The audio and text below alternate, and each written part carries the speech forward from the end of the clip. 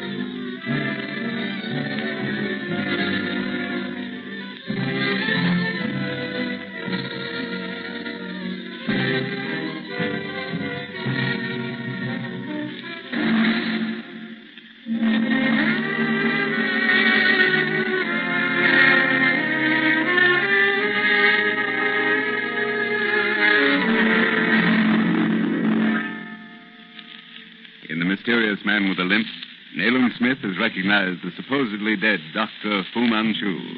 The brass chest left behind by the murdered Sir Gregory Hale and stolen by agents of the Sea-Fun has been recovered and is once more in Smith's possession. Believing the chest to contain something of vital importance to the Oriental group, Nayland Smith has left it apparently unprotected in his hotel. By laying himself open to attack, it is his hope to make an important arrest. Dr. Petrie, however, concealed in the darkened chamber, stands guard over the chest. Smith and Inspector Weymouth, secreted in a nearby suite, awaiting the hoped-for Sea-Fun invader, are suddenly roused by a shot and a cry from Dr. Petrie. We find them rushing across the hall in answer to Petrie's shout. Hurry, Weymouth. If only they haven't got Petrie. Petrie! On the floor, Nayland. At the foot of the bed. Lights, Weymouth. Great Scott. How in heaven's name did he get into this room? How indeed. Get hold of yourself, Petrie, and give me a hand with him. The man's in agony. Here, lift him to the bed. Yeah. There's not a mark on him that I can find. Nothing I can do, Nayland. It's obvious that he's dying. The golden pomegranates. The gold. He's dead. Dead? What a horrible death. Look at those distorted features. The golden pomegranate. Look here, gentlemen. A blonde wig, false mustache. Do you recognize him now, Petrie? Great Scott. Lewison. Myers' assistant. What the devil happened to him? How did he die? You wouldn't know, Petrie? No. I can't find a mark of violence on him. Golden pomegranate. Aye, what could he have meant by that? By Jove, Nayland. Lewison, an agent of the Sea-Fun. I wonder. The brass chest, golden pomegranate. What does it mean, Nayland? If we only had the connection. If we only had. Look around, Weymouth. There may be a clue. What happened, Petrie? Have you no idea how the fellow got into this room? We were watching the door. He didn't enter that way. I'm blessed if I can say. After Nayland left me alone, I sat there in the dark. Then I came in here and lay down on the bed. I must have dozed. Weymouth! Huh? Petrie! Come here, quick. Huh? What's wrong? Quick! Look out the window. The apartment below. What is it? You saw nothing? I had a glimpse of some long, bright object disappearing in the window below this one. You know what it was? I have a very good idea. Come on, Petrie. You stay here, Weymouth. Don't leave these rooms, whatever happens. Right. Where are we going? Not the elevator, Petrie. The stairs. We've got to get into the rooms below ours. Down here. What did Lewison mean by the golden pomegranates? If we get to that apartment in time, we may be on the way to finding out. Here's the door.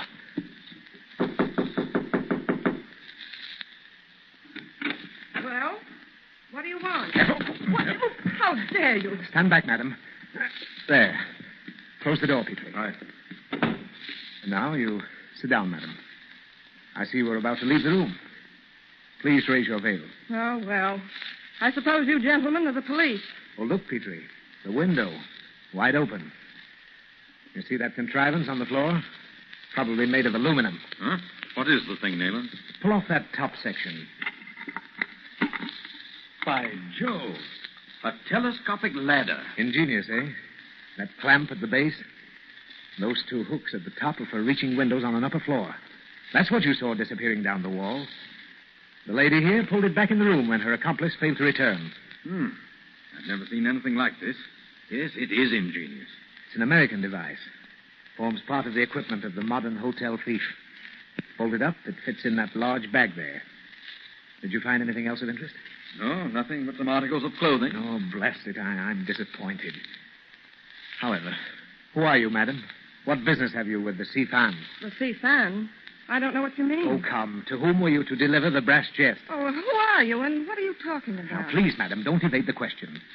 You were an agent of the Sifan or a servant of Dr. Fu Manchu. Oh, I still don't know what you're talking about. Oh, well.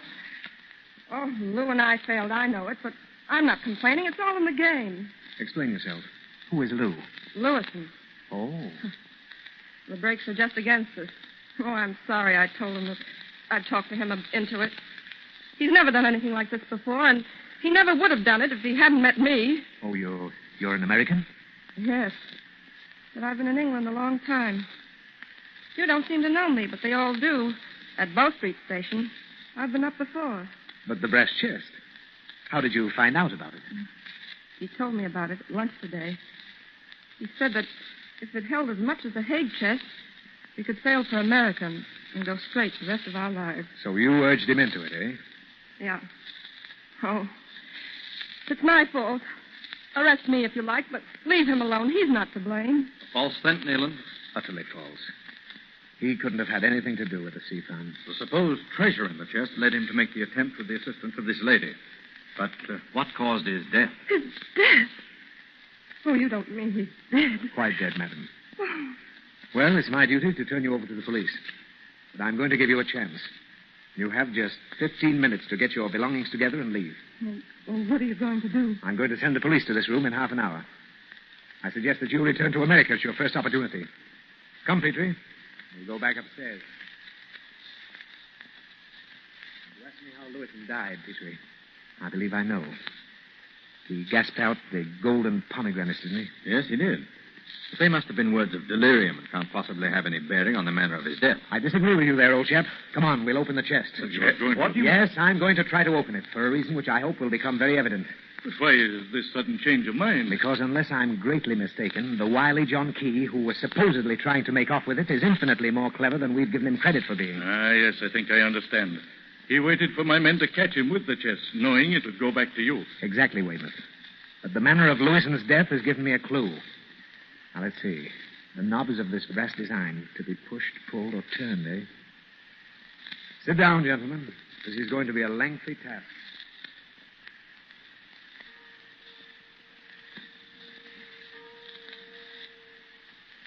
Two hours he's been at it without success. A good steel pinch bar would have opened it in 3 minutes. And ruined the chest, Weymouth. Yes. However, we may have to resort to the bar. Ah! I found the combination. Oh, now look. Before I raise the lid, don't under any condition reach into that box. You understand? Go then. By Jove, look. Fastened to that inner lid. The golden pomegranate. Yes, the golden pomegranates. They form the knobs or handles to that second lid. Beautifully carved, eh? And there's a hollow in each one to accommodate the fingers. Open it, Neelam. Presently. First, though, I want you both to come into the other room with me. We'll have another look at Lewison. Examine his fingertips, Petrie. Ah, badly swollen, eh, Doctor? Yes. Look here. The index finger of both hands, oddly discolored, as though bruised from the nail up. When I first examined him, I took this discoloration to be the effects of some sort of acid. So did I. Antique dealers, in some cases, use acid to distinguish the real from the imitation. Now, back to the chest. I don't suppose either of you has a pocket knife containing a hook. No, but these handcuffs here, how they do? Better still. We'll open them as wide as possible and drop the 2 steel points in the hollows of the pomegranates. Like that.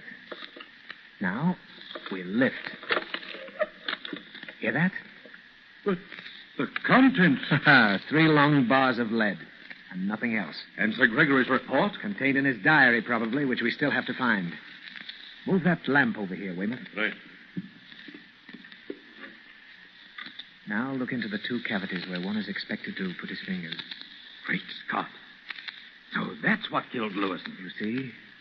In each cavity, the point of a steel needle.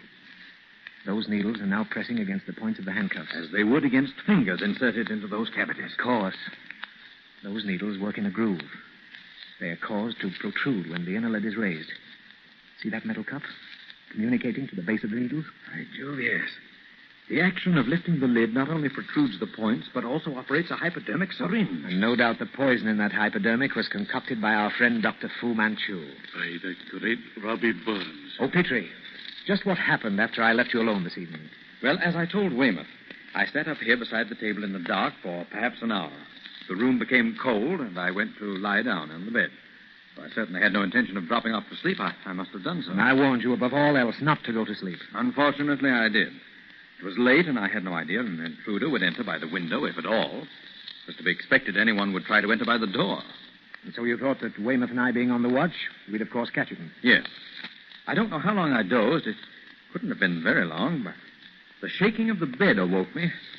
I don't believe I shall ever forget what I saw leaning over the foot of that bed. Oh, come, get to the point, Petrie. It was Lewison, of course. But a more inhuman, distorted face I have never seen. It gibbered at me crazily. His trembling hands grasped the bed rail, caused the bed to shake and rattle. Lewison was in agony and probably trying to get your help. He knew you were a doctor. Yes. He staggered round the foot of the bed, whispering something unintelligible. I fired as a signal. Then he fell to the floor. Heaven forgive the poor devil. He died in my stead. And now, Petrie, Dr. Fu Manchu will stop at nothing.